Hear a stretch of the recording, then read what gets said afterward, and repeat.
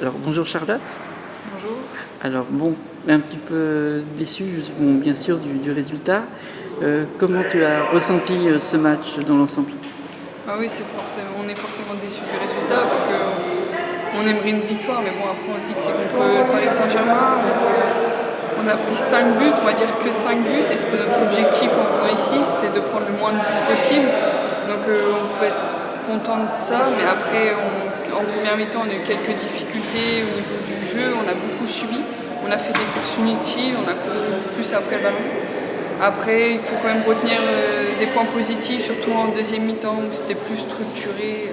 Donc pour avancer pour tout au long de la saison, quand même retenir ces points positifs. Alors ça te change quand même, tu reviens de la Coupe du Monde des U20 avec une médaille de bronze. Tu reviens toute bronzée du Canada, c'est un exploit. On revient rarement bronzé du Canada quand même. Désolé pour nos amis canadiens, mais ils savent que c'est bon. Donc comment s'est passée la transition en fait après? C'est bon, c'est pas une euphorie, bien que c'est quand même une grande joie d'être en bronze, mais du coup de revenir après et de se dire on va affronter le PSG. Au début, j'ai appelé le coach et tout, il m'a dit vraiment qu'il comptait sur moi pour ce match-là.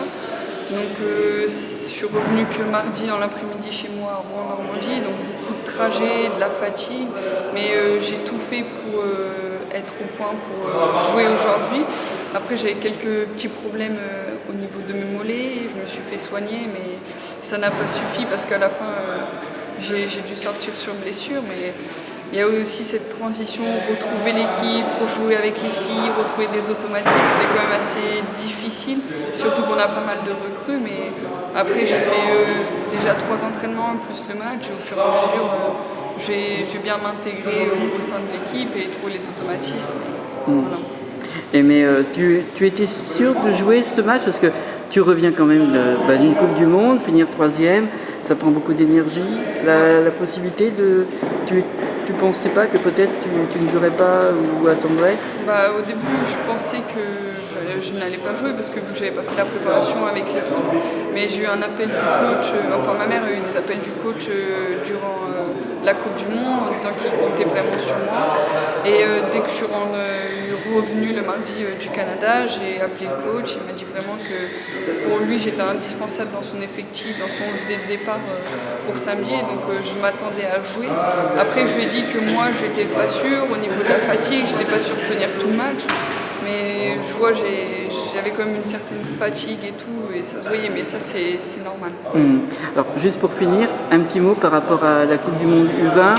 C'est vrai qu'on espérait quand même plus que le bronze, parce que c'est une très belle équipe, l'équipe de France. Qu'est-ce que tu en gardes comme principal souvenir?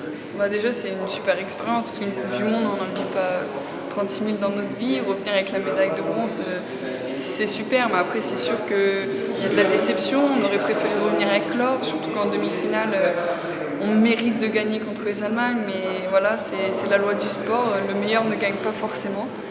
Mais après c'est vraiment un super souvenir, c'est un moment que j'oublierai jamais et qui restera gravé dans ma mémoire pour toujours.